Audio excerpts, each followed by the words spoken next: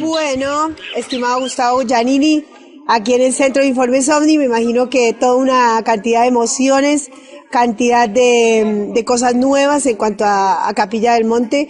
Primero que nada, quisiéramos, por supuesto, que nos cuentes cómo fue, qué sentiste, cuál fue tu reacción al vivir este Congreso Internacional de Ovnilogía, en el que seguramente por primera vez presentas tu película en el marco de un congreso y en el cual nosotros nos sentimos muy complacidos de haberte tenido, dadas las condiciones no solamente del congreso como Tras la huella de los dioses, sino porque está inmerso en lo que significa para nosotros toda la temática OVNI. ¿Cómo te sentiste? Cuéntanos todo lo que, tu impresión acerca de todo el evento. Mira, para mí fue bárbaro, la verdad, porque me contacté con gente muy rica, que me dio mucha información. Obviamente yo también venía, además de presentar la película, venía a eso, a recibir información sobre este tema, que es lo que voy a encarar en la próxima película. Y así como hice una investigación bastante profunda de Parravicini para tratar de plasmarla en un guión, es lo que necesito hacer para esta otra película, que ya tengo mi investigación, pero obviamente siempre hay huecos. Y no había venido a Capilla, entonces yo sabía que la película iba a transcurrir parte de la película aquí, entonces tenía que venir. Y fue sorpresa de enterarme de un montón de historias que son propias de acá, que son de los originarios de acá, que me sirven también. Entonces tomó otra connotación, ya no, mucho más profunda, ¿no? Porque uno, cuando siendo el lugar, descubre esas historias que sirven tal vez para la historia que uno está generando. Así que eso fue muy rico. Además de, obviamente, de conocer a la gente y de la calidad y del calor de la gente, es muy bueno. Pues. Rescatamos en todos los conferencistas que este año nos han siempre expresado esto de que todos hemos aprendido, ¿no? Es un congreso que nos permite ello. Ahora, Gustavo, hablando de, tú habías pensado venir a Capilla del Monte con la intención de reevaluar las dos películas que tienes pensada para terminar la saga de 3. Ahí, cuando tú llegaste a Capilla del Monte, tú tenías lo acabas pero que si quieres ampliar, llegas a Capilla del Monte con una intención, de acuerdo a lo que pensabas para la película. ¿Cambia en algo lo que venías buscando para la película? Sí, me cambió, me sumó, y me pareció mucho más interesante la historia de los indígenas de acá, ¿no? Porque hay como una relación directa con los puntos energéticos y tiene algo que ver con la película. Entonces, sumar esa historia originaria, aparte de esa historia, a la película, me parece que le daba un peso todavía mucho más fuerte y más rico, ¿no? ¿Qué fue lo que más te impactó de todo el congreso? Bueno, las piedras que mostró Fernando Correa. Creo que ahí a mí me dispararon un montón de cosas, porque soy como un apasionado de la antigüedad, y que el secreto está en la antigüedad y no en el futuro, sino que todos los secretos ya están escrito. Y cuando mostró esas piedras y el entorno y todo eso, fue bastante... O sea, sumó un grano, un eslabón bastante importante en una historia que está como por pedazos. Desarrollamos 2 tertulias este año, nos dio la posibilidad el Congreso de poder, normalmente bueno, hacemos... y otros son las psicografías inéditas. Ah, bien. No, obviamente, ya el tema de Parravicini ya lo tengo bastante licuado en la cabeza, y de repente sumar 20 o 30 dibujos y como que empiezan a ensamblar en un rompecabezas que uno tiene siempre en la cabeza, y dice, opa, ¿y esto? Además que, bueno, la obra se entregó toda, como lo prometió nuestra amiga Claudia Banjic, y a ti te tocó una muy particular, ¿no? Me encantó cuando nos contabas que inmediatamente leíste la profecía. Si quieres compartirla. Vi el dibujo. Y el texto, y interpreté, era el momento de asunción de Francisco. Incluso decía Pax, unificación de las iglesias, y estaba el dibujo de alguna forma representaba, era la sombra del patriarca de la iglesia ortodoxa, porque estaba la cruz ortodoxa y el papa, y decía eso, ¿no? Que venía una transformación en la iglesia, una apertura, y era el dibujo lo complementaba. Y lo de ese botoncito dorado, Pax, para ti, eso significa, porque es como una que es lo que está haciendo Francisco, una unificación de la iglesia, ¿no? De hecho, en otros dibujos de Parravicini dice que ya no, la misa será protestante sincera, será católica sin ser protestante, o sea, como que hay toda una unificación, ¿no? Que es lo que está haciendo él está tratando de unificar todas las iglesias. Gustavo, tú en la película has demostrado, ya nos has regalado la calidad de sensitividad que tienes. En ese lugar, tú, y juégate si quieres, hablando del Papa, ¿crees en este momento que la Iglesia nos está ofreciendo, o estará enmarcado dentro de algún proyecto puramente interno de la Iglesia, o una tercera, que la otra que se puede pensar, hace parte de un proyecto que está ya mucho antes de lo que nosotros podamos imaginar, trazado para la humanidad, y simplemente estamos desandando esos caminos que ya están trazados? A veces es difícil porque uno puede pensar que está planeado o no. Uno, bueno, si ve profecías, habla mucho de la Argentina, y el tema de que el Papa sea argentino la pone en un lugar como en el foco, ¿no? Decir, no nos olvidemos que hay dos grandes líderes en el mundo, y siempre fue el presidente de los Estados Unidos y el Papa. O sea, para el mundo occidental siempre fue así. Después para el mundo oriental tienen otros, obviamente. Pero para el mundo occidental por lo menos eran los dos referentes, el referente de la fe y el referente del poder. O sea que no es menor tener justamente un Papa y argentino, o sea, que apunta a Sudamérica. O sea, puede ser un símbolo, puede ser una bandera que está diciendo, bueno, el futuro es algo. Tal vez sepan algo que nosotros no. ¿Tu sentir? En mi sentir creo que todo apunta a Sudamérica, Latinoamérica. Creo que hay una unión, creo que los latinoamericanos, si bien vivíamos juntos, estábamos como dispersos, no internamente, ¿no? O sea, y es como ahora que nos vamos aunando de a poco. Creo que también los argentinos solíamos ser bastante desprendidos por ahí, no sé, porque era como una raíz más europea de alguna forma, porque bueno, vinieron muchos inmigrantes europeos en la Segunda Guerra, ¿no? Pero como que ahora se va sumando. Tal vez la vibración o la cuestión misma de estar en tierra sudamericana hace que uno se vaya sincronizando con esto, y es como que hay una apertura más hacia a los otros hermanos que están en el mismo continente, ¿no? Y es como que se va unando, se va haciendo una familia. De hecho tenemos todos el mismo lenguaje, el portugués tampoco es difícil de entender, o sea, creo que los europeos son mucho más complicados en eso, o sea, tienen muchas etnias, muchos lenguajes en un lugar muy pequeño. Entonces eso, nosotros no tenemos esos problemas de comunicación. Lo que tenemos y estamos viendo mucho a los originarios, o sea, de culturas muy avanzadas, muy avanzadas con otros pensamientos que tal vez cuando llegaron los españoles eso se corrió, y volver a esas fuentes empiezan a encontrar otras alternativas. Entonces esto desde lo espiritual, desde lo conceptual, pero que no deja de estar relacionado también con la física. Uno habla hoy de teoría cuántica, y la cuántica habla de muchas ramas. Entonces, y eso te termina abriendo un montón de posibilidades también, abanicos. Entonces me parece que sí, Sudamérica me parece, es como que algunos dicen como que el reloj de los tiempos se va moviendo de continentes, ¿no? Que Europa, Norteamérica, y creo que ahora le toca a Sudamérica. Tenemos buena gente, tenemos unidad, nos entendemos, abrazos abiertos, tenemos los mismos problemas, tenemos que solucionar los mismos problemas, tenemos, fíjate, todos los investigadores de los fenómenos paranormales, o eso, hoy en día los que destacan son latinos, españoles, o sea, cuando estábamos acostumbrados que fueran americanos. Que siempre fuera de Norteamérica. ¿no?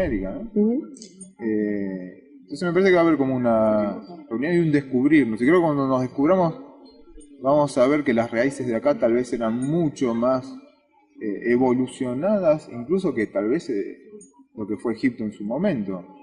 Y acá tenemos raíces aztecas, incas, mayas, y ahora cada vez vamos viendo que se extendieron por más partes.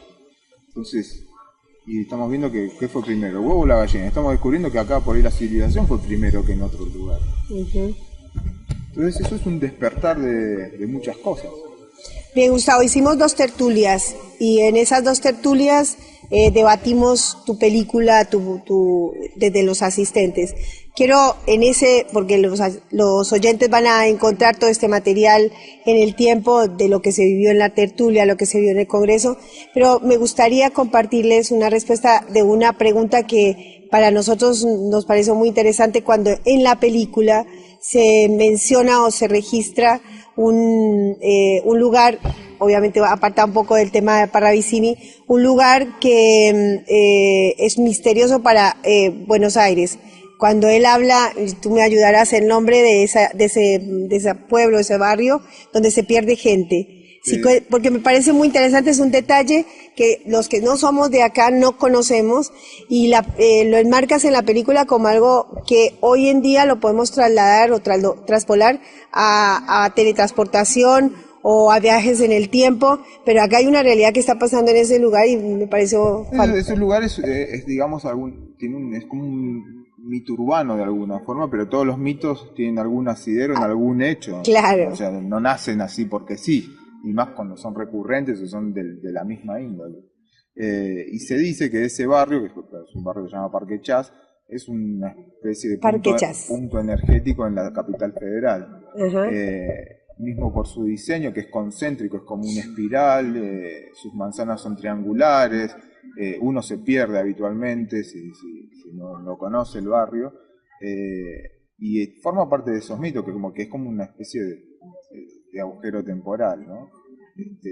Están los cuentos de los taxistas, de los colectivos, de gente que se ha perdido, o sea, son leyendas, y también alimentadas por un hecho de que en su momento Perón había hecho como un tren de escape, un subte de escape de cosas, y que terminaba en Parque Chas, la salida también forma parte de los mitos, y que cuando se probó, se hizo el primer recorrido, se mandó un vagón con un grupo de soldados y nunca salieron del otro lado, como que se perdieron dentro del túnel. Y eso quedó ahí como también parte de... Se hizo una película también basada un poco en ese mito. Pero es como un barrio mítico. Entonces, dentro de los mitos urbanos me sirvió a mí aproveché eso de mito urbano como para meter esta historia. O sea, para cerrar esta historia dentro de algo que ya es un mito. Ya, sí, claro. Además, en la película, en todo el recorrido de la película, nos dejan mucho para pensar todo el tiempo, y ese es un elemento que a mí me ha quedado pendiente y me parece que lo podemos aportar dentro de lo que nos deja este congreso con tu presencia. Entraste al Centro de Informes OVNI, ¿te impresiona al entrar a nuestro centro? No, que hay mucha información ahí, o sea, uno empieza a decir, yo de esto, porque uno siempre va viendo cositas ahí, ¿no? Pero es como que yo hago siempre un paneo de todo, o sea, por ejemplo con Parravicini es un paneo muy grande, idas y vueltas, hasta que le encontré un equilibrio para que tenga una lógica, ¿no? O sea, para que cualquiera que lo vea, crea o descrea, diga, pero tiene una lógica, ¿no? Uh-huh. Y bueno, con este tema estoy tratando de hacer lo mismo, entonces hacer un paneo y tratar el tema de una forma seria, así como cuidé el tema de Parravicini, cuidar este tema también, sin dejar de poner las cositas simpáticas que necesita una película, que es un entretenimiento, ¿no? A fin de cuentas, pero que no sea, que la información no es menor, ¿no? Es algo que vos te llevás y decís, tiene lógica.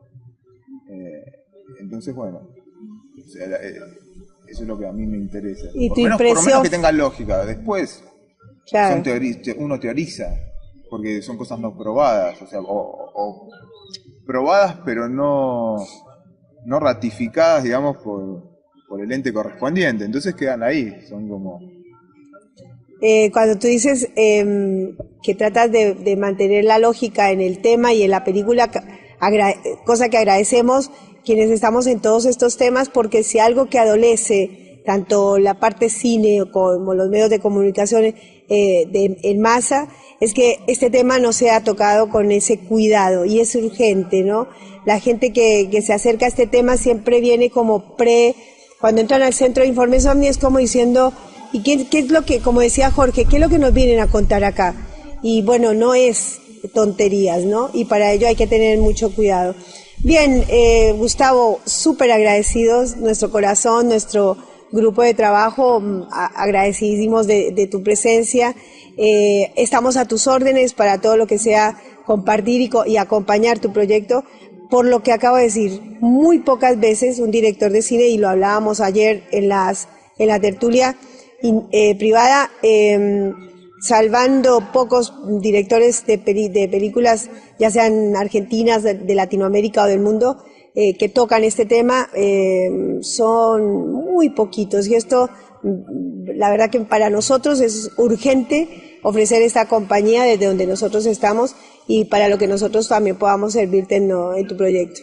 Sí, bueno, te agradezco a vos, pero me parece que Latinoamérica es muy rica en esta historia.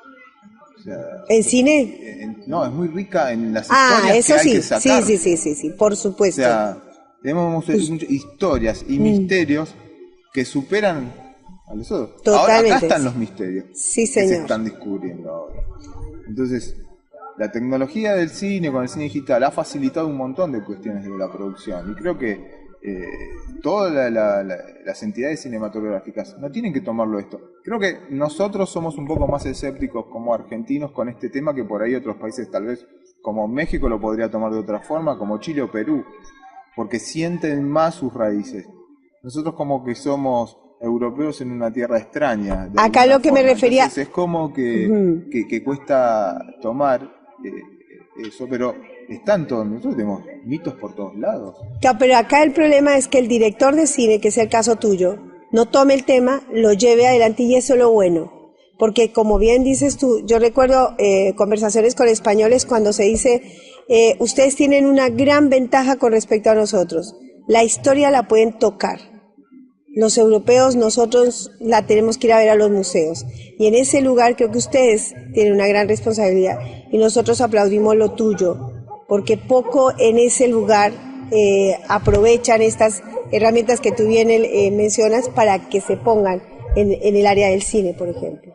Sí, yo creo que bueno, lo voy a tratar o sea, yo tengo una historia en la cabeza, tengo temas que quiero, que me interesan, enlazarlos y que complementan esta película.